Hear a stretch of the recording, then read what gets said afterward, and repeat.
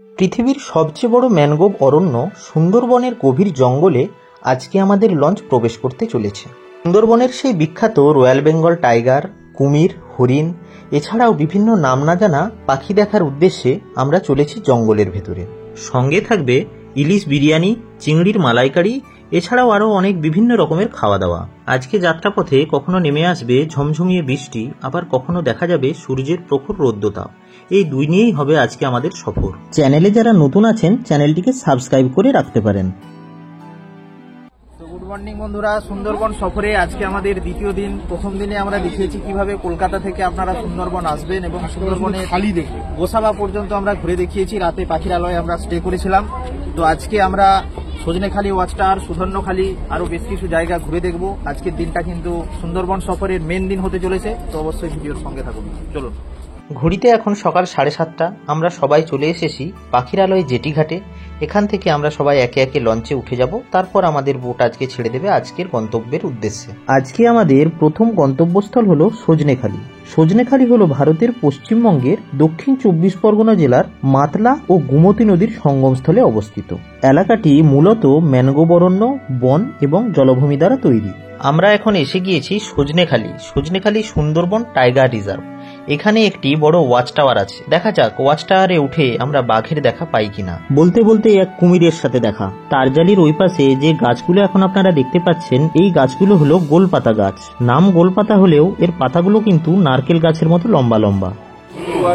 একদম হাতের সামনে মৌচাক, একটু ডিস্টার্ব করলেই কিন্তু মৌমাছি ফুল ফুটিয়ে একদম অবস্থা খারাপ করে দেবে। সুন্দরবনের এই খাঁটি মধুর স্বাদ কিন্তু অসাধারণ।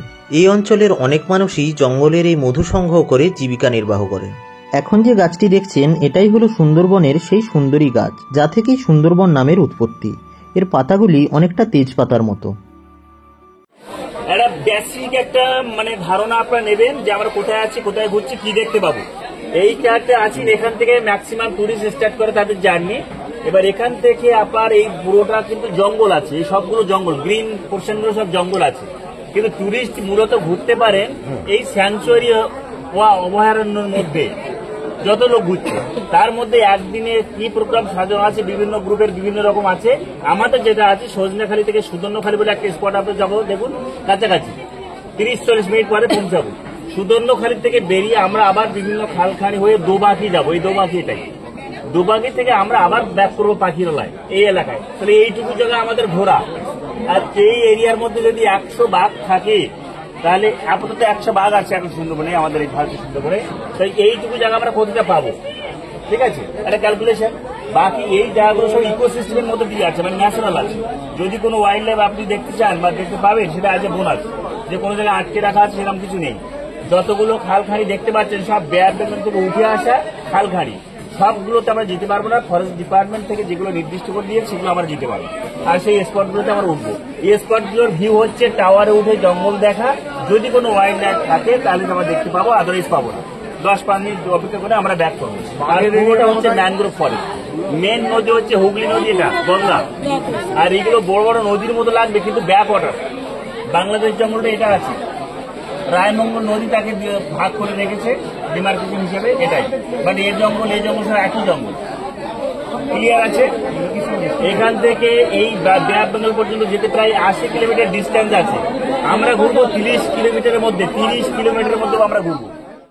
চারিপাশে জঙ্গলে ঘেরা এখানে একটা সুন্দর ফরেস্ট বাংলো দেখতে পাচ্ছি, যার চারিদিকটা সুন্দরী গাছ দ্বারা ঘেরা আছে। সজনেখালি ঘুরে দেখে আমরা বোটে ফিরে এলাম। আমাদের এর পরের গন্তব্যস্থান হলো সুধন্যখালি। তার মাঝখানেই আমরা সেরে নেব আজকে আমাদের সকালের জলখাবার। আজকে সকালের টিফিনে আমাদেরকে দেওয়া হয়েছে গরম গরম নান পরোটা, তার সাথে চানা মশলা এবং সাথে পান্তুয়া।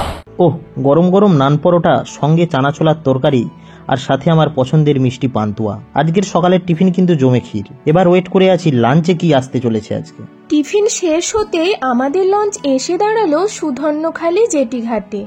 তো এই সুধন্যখালি যে ঘাট, এই ঘাটের একদম সামনে রয়েছে বনবিবির মন্দির। এই বনবিবির মন্দিরটা কি জন্য তৈরি হয়েছে সেটা একটু জানা দরকার, কেন কি এখানকার যারা লোকাল লোকজন আছেন, যারা এই বন জঙ্গলের ওপর যাদের জীবিকা নির্বাহ হচ্ছে, তো ওনারা যখন বনে মাছ ধরতে যেতেন বা বন থেকে যখন মধু, অন্যান্য ফল সংগ্রহ করতে যেতেন তখন খুব বাঘের উপদ্রব হতো। তো সেই বাঘের উপদ্রবের হাত থেকে রক্ষা পাওয়ার জন্য কিন্তু এলাকার লোকজনই বনদেবীর মন্দির প্রতিষ্ঠা করেছে। এই সুন্দরবন এলাকার মানুষেরা এই বনবিবিকেই তাদের আরাধ্য দেবী হিসেবে পূজা করে থাকেন। এখন আমরা এসে গিয়েছি সুধন্যখালী ওয়াচ টাওয়ার। এই একদম ওয়াচ টাওয়ারের নিচেই দাঁড়িয়ে রয়েছি। এখান থেকে কিন্তু আশেপাশের যে সমস্ত এরিয়াটা খুব ভালোভাবে দেখা যাবে এবং তার সাথে কোনো যদি বন্য প্রাণী জীবজন্তু দেখা যায় সেটাও দেখাবো। ভাগ্য সহায় থাকলে এই সুধন্যখালী ওয়াচ টাওয়ার থেকে আপনারা বাঘ, কুমির, হরিণ ও অন্যান্য বন্য প্রজাতির প্রাণীর দেখা পেতে পারেন। এখানে মিষ্টি জলের পুকুরও রয়েছে, যেখানে বন্য প্রাণীরা তাদের তৃষ্ণা নিবারণ করে। এই ওয়াচ টাওয়ারের নিচে চারিপাশের পরিবেশটাও কিন্তু বেশ সুন্দর। চারিদিকে সবুজ বড় বড় ঘাস রয়েছে এবং একটি বাঘের স্ট্যাচুও করা আছে। আর এই রাস্তার দুই দিকে যে গাছপালাগুলো রয়েছে প্রতিটা গাছেই কিন্তু নাম ফলক দেয়া আছে, যা দেখে আপনারা কোনটা কোন গাছ সেটা চিনতে পারবেন। আবারও আমরা লঞ্চে উঠে পড়লাম। বন্যপ্রাণী দেখার জন্য আমরা জঙ্গলের দিকে খুব মনোযোগ সহকারে তাকিয়ে আছি। ওই দেখুন, মদনটাক পাখির দেখা পেলাম। গাছের আড়ালে একটা হরিণ দেখতে পাচ্ছি, অনেক দূর থেকে তাই খুব ভালোভাবে বোঝা যাচ্ছে না। পশ্চিমবঙ্গের গুরুত্বপূর্ণ টুরিস্ট স্পটগুলোর মধ্যে সুন্দরবন বেশ জনপ্রিয়। সুন্দরবন আসার সব থেকে ভালো সময় হলো শীতকালে, তবে বর্ষাকালে সুন্দরবন ভ্রমণ ইলিশ উৎসব খাদ্যরসিক বাঙালির মনে জায়গা করে নিয়েছে। বর্ষার ঝিরিঝিরি বৃষ্টি, ম্যানগ্রোভের সবুজ অরণ্য, নদীপথে ভ্রমণ এ এক অন্য মাত্রা দিচ্ছে।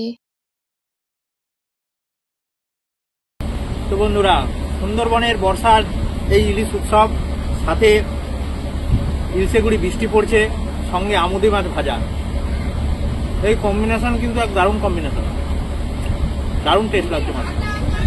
গরম আমুদের মাছ খেয়ে না খেয়েই এসে গেল ঠান্ডা ঠান্ডা মাজা। ইলিশ উৎসব চলবে জুলাই মাস থেকে দুর্গাপুজোর আগে পর্যন্ত।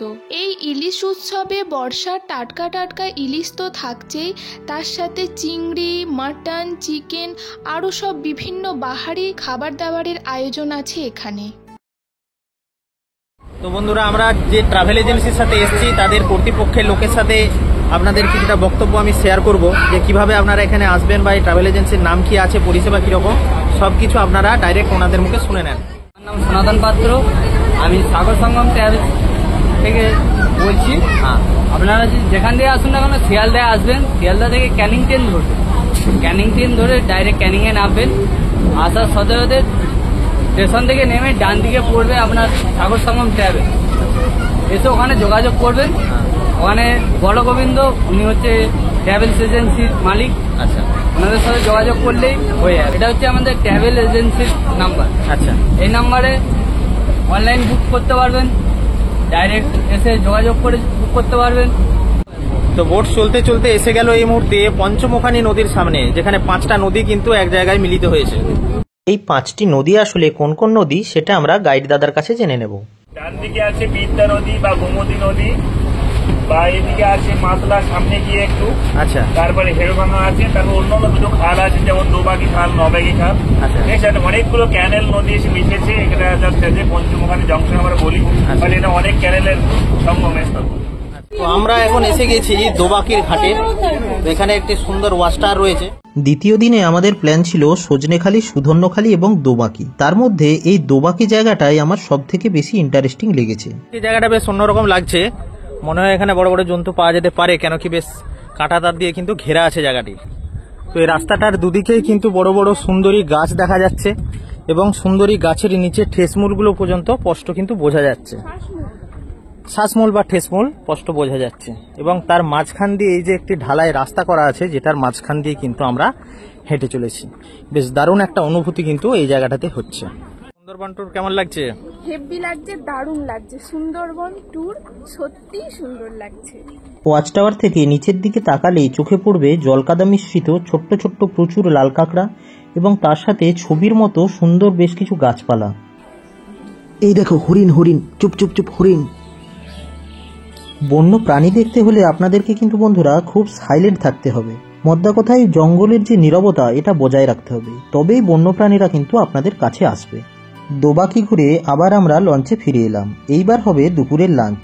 তো দুপুরের লাঞ্চের আয়োজন কিন্তু প্রায় রেডি হয়ে গিয়েছে। এসে গিয়েছে এখানে চিংড়ির মালাইকারি,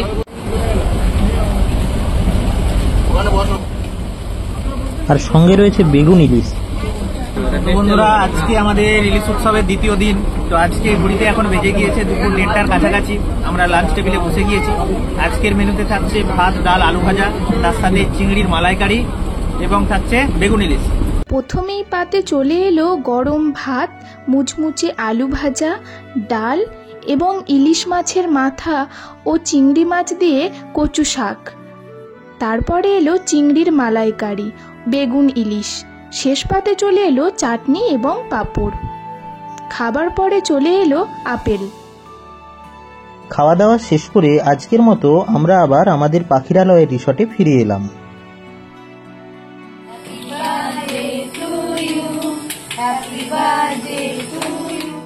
রিসর্টে ফিরে আমাদেরই এক ভ্রমণ সঙ্গীর বার্থডে সেলিব্রেশন করা হলো। রিসর্টের পাশেই পাখিরালয়ের ছোট্ট একটা মার্কেট রয়েছে। এই মার্কেটে বিভিন্ন ধরনের জিনিস পাওয়া যাচ্ছে। তো আপনারা সুন্দরবনের স্মৃতি হিসেবে বেশ কিছু জিনিস এখান থেকে কিনে নিয়ে যেতে পারবেন।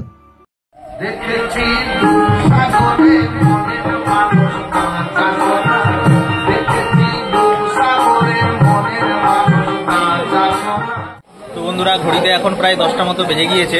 আজকের আমাদের দ্বিতীয় দিনের ডিনার। তো ডিনার টেবিলে আমরা বসে গিয়েছি। আজকের মেনুতে রয়েছে সাদা ভাত, ডাল, তার সাথে রাইস, চিলি চিকেন, দুটোই অপশানে রয়েছে।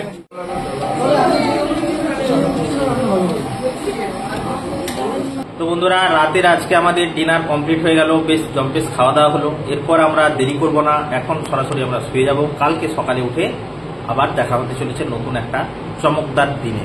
আজকের মতো good night, tata. Good morning বন্ধুরা। সুন্দরবন সফরের আজকে আমাদের তৃতীয় দিন, মানে আজকেই হলো শেষ দিন। তো আমরা আমাদের এই পাখিরালয়ের যে হোটেলটিতে দুদিন ছিলাম, এই হোটেলটা চেক আউট করলাম। এরপর আমরা চলে যাব বোটের উদ্দেশ্যে এবং সেখান থেকে আমাদের যে গন্তব্যস্থল সেই দিকে আমরা রওনা দেব। তো বন্ধুরা ঘড়িতে এখন সকাল 9:30 বেজে গিয়েছে। আমাদের বোট কিন্তু আমাদের আজকের গন্তব্যস্থলের দিকে অলরেডি ছেড়ে দিয়েছে। তো আজকে আমাদের দেখার জায়গা হিসেবে থাকছে পাখির জঙ্গল, আর একটা গোসাবাতে থাকছে লোকনাথ টেম্পল সাইট সিন। তো এই দুটো জায়গা আজকে আমরা দেখব। তার সাথে বিগত দুদিন ধরে যেভাবে আমাদের খাওয়া দাওয়া চলছে সেরকমই গুরুত্বপূর্ণ খাওয়া দাওয়া হবে। তারপর আমরা দুপুরের লাঞ্চ করে, আজকে দুপুরের লাঞ্চে রয়েছে ইলিশ বিরিয়ানি। তো সেই ইলিশ বিরিয়ানি খেয়ে আমরা কিন্তু চলে যাব আমাদের নিয়ারেস্ট স্টেশন ক্যানিং এর উদ্দেশ্যে। সুন্দরবনের শেষ দিন ট্যুর কিরকম কাটলো? সুন্দর, আচ্ছা, বেশ ভালো লাগলো। আচ্ছা। বন, জল সব নিয়ে সবকিছু সুন্দর। আচ্ছা, সফরের এই শেষ দিনে আমাদের সকলেরই বেশ মন খারাপ, কেন কি দুপুরের লাঞ্চের পরেই কিন্তু শেষ হয়ে যাবে আমাদের এই সুন্দরবন সফর। তো আমরা এসে গেছি রান্নার কেবিনে। এই আমাদের রানী ঠাকুর এখন অলরেডি রান্নার তোড়জোড় শুরু করেছে। ওই যে লুচি ভাজার প্রকল্প চলছে আমাদের এখানে, তোড়জোড় চলছে। দুপুরের কি রান্না আছে বাবু আজকে? দুপুরে কি রান্না করবে? আচ্ছা, তাই নাকি? তাহলে তো জম্পেশ খাওয়া দাওয়া হয়ে আছে। ঠিক আছে, দেখা যাক। সকালের টিফিনে আজকে আমরা নিলাম মুড়ি ও ছোলার ডাল। এছাড়াও অপশানে ছিল লুচি, ছোলার ডাল, ডিম সিদ্ধ। সকালের টিফিনে মুড়ি ঘুগনির পাশাপাশি রয়েছে লুচি আর ছোলার তরকারি। আজকে সুন্দরবনে আমাদের লাস্ট দিন। চলে এসেছি এখন বিজয়নগরে। এখানে আছে লোকনাথ বাবার মন্দির। চলো আমরা ঘুরে দেখি। সুন্দরবনের টাটকা টাটকা মধু আছে। মধু কত করে আছে দাম? 400 টাকা আছে মধুর কেজি। 1 কেজি আছে? হ্যাঁ, 1 কেজি। খাঁটি মধু পাবেন। আর ওই সাদা সাদা ওগুলো কি? আতপ চাল, গোবিন্দভোগ চাল। তো লঞ্চ থেকে নেমে লোকনাথ মন্দির যাওয়ার যে রাস্তাটা, এই রাস্তাটা কিন্তু বেশ সুন্দর। দুদিকে সবুজ গাছপালা রয়েছে, তার মাঝখানে ইটের ছোট্ট ছোট্ট ইট দিয়ে সাজানো একটা রাস্তা। সেই রাস্তা দিয়ে আমরা কিন্তু চলে যাচ্ছি আজকের প্রথম সাইট সিন লোকনাথ মন্দির। ওই দূরে দেখা যাচ্ছে, ওটাই হচ্ছে লোকনাথ মন্দির। তো আমরা একদম সামনে চলে যাব। আমরা চলে এসেছি একদম মন্দিরের সামনে। এই যে মাঝখানে সরু রাস্তা, দুপাশে জল, আর ওই যে মন্দিরটা। মূলত এটি হলো লোকনাথ আশ্রম বা মিশন। এই আশ্রমের চারিপাশের পরিবেশটা কিন্তু বেশ সুন্দর। মেন মন্দিরটি খড়ের চাল এবং মাটি দিয়ে তৈরি।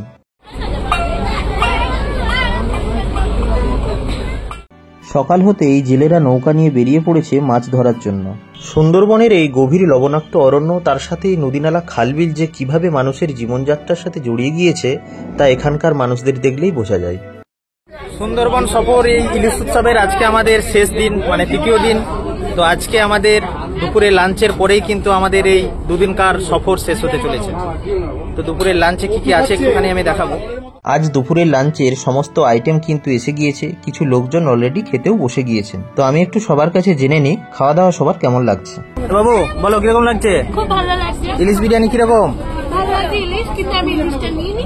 আচ্ছা, তুমি শুধু বিরিয়ানি খাচ্ছ? বিরিয়ানি আর চিকেন কষা দিয়ে হবে। আচ্ছা বেশ, বলুন কোনো বক্তব্য?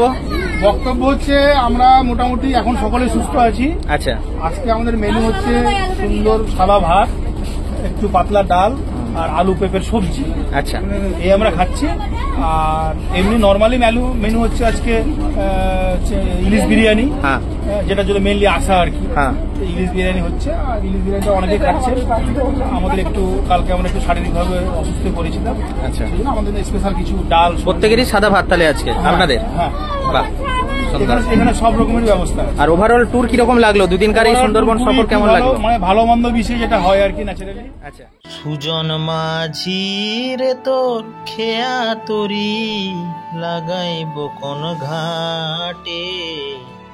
দুপুরের মেনুতে প্রথমেই পাতে চলে এলো গরম ইলিশ বিরিয়ানি, তার সঙ্গে চিকেন কষা। যারা বিরিয়ানি খাবেন না তাদের জন্য সাদা ভাতেরও ব্যবস্থা রয়েছে, তবে সেটা আগে থেকে জানাতে হবে। শেষ পাতে চলে এলো চাটনি এবং পাঁপড়, এবং খাওয়ার পরে রয়েছে কোল্ড ড্রিঙ্কসও। 3 দিনকার এই সুন্দরবন সফরের ইলিশ উৎসব আমাদের এখানে শেষ হলো। আমরা এখন পৌঁছে গিয়েছি যেখান থেকে আমরা জার্নি শুরু করেছিলাম, সেই সোনাখালীর ঘাটে আমাদের যেটি এসে উপস্থিত হয়েছে। আমরা বোট থেকে নেমে গিয়েছি। এরপর আমরা চলে যাব ক্যানিং স্টেশন, ওখান থেকে ট্রেন ধরে শিয়ালদা হয়ে ডিরেক্ট একদম বাড়ি। তো ভিডিওটা আপনাদের কীরকম লাগলো অবশ্যই কমেন্ট করে জানাবেন। যদি ভালো লেগে থাকে অতি অবশ্যই লাইক করবেন, এবং আগামী দিনে নতুন কোনো ভিডিও নিয়ে আপনাদের সাথে আবার দেখা হবে। ততক্ষণ পর্যন্ত সকলে ভালো থাকুন, সুস্থ থাকুন। সকলকে অসংখ্য ধন্যবাদ। আর চ্যানেলে যদি আপনারা নতুন হয়ে থাকেন তো চ্যানেলটিকে সাবস্ক্রাইব করার অনুরোধ জানাবো, যাতে করে আমার দেয়া নতুন নতুন ভিডিও, ট্রাভেল ট্যুর গাইডের ইনফরমেটিভ ভিডিও সবার আগে আপনাদের কাছে আমি পৌঁছে দিতে পারি। এখানে শেষ করলাম। সকলে ভালো থাকবেন, সুস্থ থাকবেন। Tata, by.